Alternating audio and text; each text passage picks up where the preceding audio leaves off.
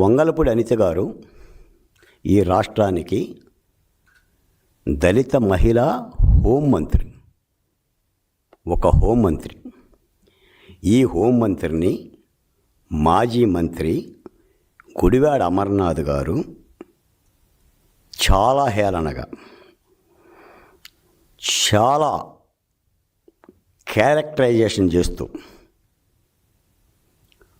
ఎండలో నిలబడితే KG makeup కరిగిపోతుంది. ఆమె గారు ఏ ఉద్యోగం చేశారో మాకు తెలుసు, ఆ ఉద్యోగం ఎలా చేశారో మాకు తెలుసు. మా మహిళలు అలాంటి ఉద్యోగాలు చెయ్యరు అని చెప్పేసని ఒళ్ళు బలిసి ఒంట్లో కొవ్వెక్కువై, నేను ఈ మాట అనకూడదు, ఎందుకంటే సోషల్ వెల్ఫేర్ బోర్డు చైర్మన్గా ఒళ్ళు బలిసిన మాట యథార్థమే అయినా, ఒంట్లో కొవ్వున్న మాట యథార్థమే అయినా, నాలుక తాటిమట్టగా మారిన మాట యథార్థమే అయినా, ఆయన గుడ్డు మంత్రి అయినా కోడిగుడ్డు మంత్రి అయినా నేను బాధ్యతగా ఉన్నాను కాబట్టి, అది కూడా చంద్రబాబు నాయుడు గారి ప్రభుత్వంలో ఉన్నాను కాబట్టి నా నోట మాట రాటలా. అంత దుర్మార్గంగా మాట్లాడాడు. ఈ రోజున ఒక మహిళా హోంమంత్రి, ఒక దళిత మంత్రి, ఏమయ్యా అమర్నాథ్, చదువుకున్నావా సంకనాకావా? నువ్వు మాజీ మంత్రికి ఎలా చేశావు? జగన్మోహన్ రెడ్డి గారిని ఎలా పక్కన ఉన్నావు? ఈ దేశంలో 1989 షెడ్యూల్ తెగల అత్యాచారాల నిరోధక చట్టం గురించి నీకు తెలుసా? ఎస్సీ ఎస్టీలపై జరుగుతున్న వివక్షతను, వేధింపులను అరికట్టడానికి భారత ప్రభుత్వం షెడ్యూల్ కులాల అట్రాసిటీ యాక్ట్ని తెచ్చింది. అందులో ప్రధానమైన అంశం ఈ చట్టం కింద కులం పేరుతో దూషించటం లేదా పబ్లిక్గా అవమానించటం. అమర్నాథ్, దళిత మహిళలని, బాధ్యత గల పదవుల్లో ఉండవాలని పబ్లిక్గా అవమానించడం కూడా సెక్షన్ 3 కింద వస్తుంది. తెలుసా? నీ మీద ఎందుకు కేసు కట్టకూడదు? నేను 12వ తారీఖున మాట్లాడితే 14వ తారీఖున వరకు మౌనంగా ఉండి తెలుగుదేశం పార్టీ రాజకీయం చేస్తుందని అంటావా? నువ్వు చెప్పాల్సిన మాటలు అవే. ఏం తెలుసు నీకు? హోంమంత్రి గారి గురించి ఏం తెలుసు? ఏ పనులు చేయరు మీ మహిళలు. నువ్వు కాపు అని నీకు ఒక మొదలు కాపు కాస్తాడా? పేర్ని నాని గారు అంటాం. ఏం పీకుతారు? రోమాల మీద వెంట్రుకలు పీకుతారని అంటావా? పేర్ని నాని 10 కేసులు పెడతారా? 20 కేసులు పెడతారా? పోలీస్ స్టేషన్ చుట్టూ తిప్పుతారా? దేశ నాయకుడు అవుతాడని మాట్లాడతారా? ఇదే మీరు రాజకీయాల్లో నేర్చుకున్న విద్య? అమర్నాథ్, 2004 ముందు నీ పరిస్థితి ఏంటి? గాజువాక ప్రాంతంలో నువ్వు తెలుగుదేశం పార్టీ కార్పొరేటర్గా పోటీ చేయలేదా? మీ అమ్మగారు 2004లో నాగమణి గారు తెలుగుదేశం పార్టీ ఎమ్మెల్యేగా పోటీ చేయలేదా? మీ నాన్నగారు కాంగ్రెస్ పార్టీ మంత్రిగా పనిచేశారు. నువ్వు 2019లో తొలిసారిగా అనకాపల్లిలో ఎమ్మెల్యేగా పోటీ చేశావు. కేవలం 5,000 ఓట్లతో గెలిచావు నువ్వు. After all 5,000. జనసేన అభ్యర్థి పోటీ చేస్తే 12,400 ఓట్లు ఆయనకు వస్తే నీకు గెలిపొచ్చింది. జనసేన అభ్యర్థి పోటీ చేయకపోతే అనకాపల్లిలో ఆ రోజున సీటు సితారే, నీ సీటు అప్పుడే తిరిగిపోయేది.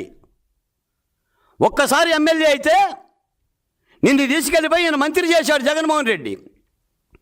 ఒక్కసారి కలిసిన నీకే ఇంత పొగరుంటే మా హోంమంత్రి గారికి ఎంత ఉండాలి?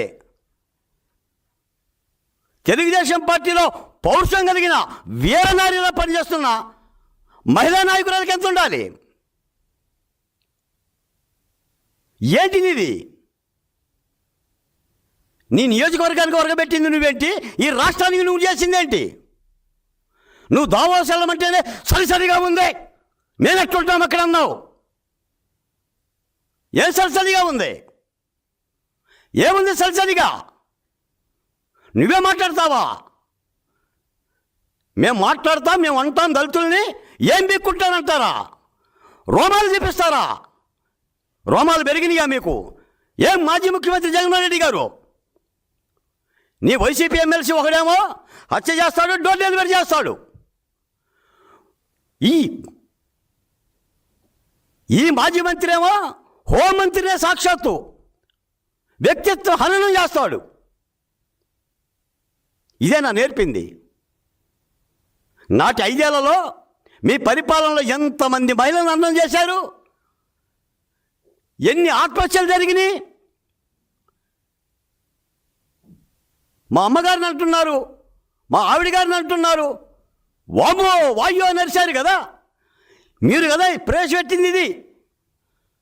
ఆఖరికి సోషల్ మీడియాలో రాజకీయాల్లోకి వచ్చిన మహిళలను కానీ ఈ శీలహనన జరగకూడదు, వ్యక్తిత్వహనన జరగకూడదని లోకేష్ గారు తన పార్టీ కార్యకర్తని జగన్మోహన్ రెడ్డి గారి భార్య భారతీరెడ్డి గారిని అన్నారని కష్టపడి పనిచేసిన కిరణ్ అనే కార్యకర్తని కేసు పెట్టి జైలుకు పంపించి శిక్షించి ఓ కొత్త సాంప్రదాయాన్ని ప్రవేశపెట్టాడు.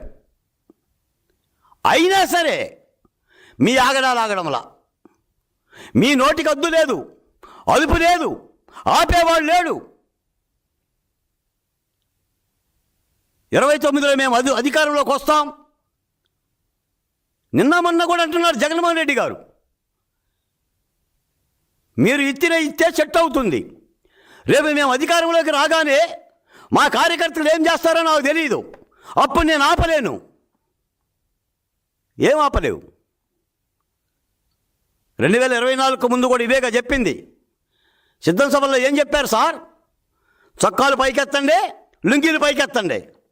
ఇదే కదా నా ఎస్సీ, నా ఎస్టీ, నా బీసీ, నా మైనార్టీ అంటే ఇదేనా? ఒక హోంమంత్రిని అవమానపరుస్తారా?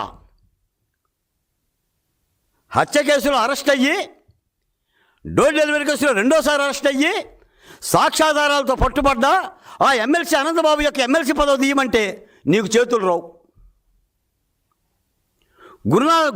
అమర్నాథ్ మాట్లాడితే ఏం పర్వాలేదని ప్రోత్సాహంగా ఉంటావు. ఈరోజు తెలుగుదేశం పార్టీ అవి నేర్పడంలా, చంద్రబాబు నాయుడు గారు అది నేర్పడంలా, లోకేష్ గారు అది నేర్పడంలా. ఏదైనా సరే బాధ్యత పడుతున్నాం. నువ్వు చేసే ప్రతి ఆరోపణకి అటు ప్రభుత్వం కానీ ప్రభుత్వ అధికారులు కానీ చట్ట ప్రకారంగా మీకే కులాలు ఉన్నాయా? దళితులు కులం లేదా? ఒక దళిత మా హోంమంత్రిని అంటే అన్నదే కాకుండా రోమాలు బీగుతారని మాట్లాడుతున్నారా?